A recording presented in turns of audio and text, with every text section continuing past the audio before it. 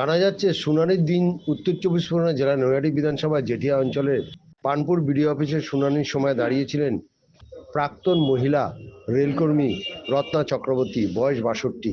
এসআইয়ের শুনানির লাইনে দাঁড়িয়ে অসুস্থ হয়ে তার মৃত্যু হয়। আমাদের নেত্রী মমতা বন্দ্যোপাধ্যায় এবং আমাদের দলের সেনাপতি সাংসদ অভিষেক বন্দ্যোপাধ্যায় বারংবার নির্বাচন কমিশনকে অনুরোধ করেছে, যারা বৃদ্ধ মানুষ, যারা হ্যান্ডিক্যাপ, যারা অসুস্থ মানুষ, তাদের বাড়িতে গিয়ে হিয়ারিং করা হোক।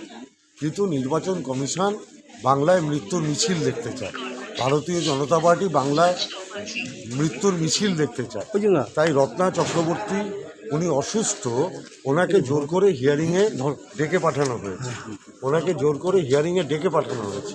এবং ভদ্রমহিলা 40 বছর ধরে রেলে চাকরি করে, তারপরে অসুস্থ অবস্থায় তিনি নিজে হিয়ারিংয়ে যান এবং হিয়ারিংয়ে সমস্ত কাগজপত্র জমা দিয়ে বিডিও অফিস থেকে বেরিয়েই রাস্তায় তিনি পড়ে যান, তার মৃত্যু হয়। এই মৃত্যুর দায়িত্ব কে নেবে? নির্বাচন কমিশন, ভারতীয় জনতা পার্টিকে তো মৃত্যুর দায় নিতে হবে।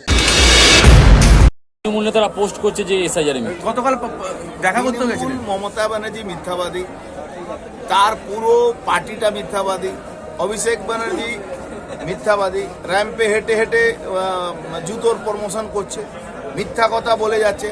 200-250 টাকা দিয়ে পশ্চিমবাংলা চা বাগানের লোকেরা কাজ করে, লজ্জা লাগে না? 250, 2500, 5000, 10,000 টাকা পার ডে ওর কুকুরের খরচা আছে। আর বাংলার মানুষ 250 টাকা কাজ করছে, সেটা ওর 15 বছর শাসনের মধ্যে 250 টাকা কাজ করছে। এর উপরে লজ্জা লাগে না? তারপরে ওর মিথ্যা কথা বলে, ওদের কথা ছাড়ুন। আপনি একটা কথা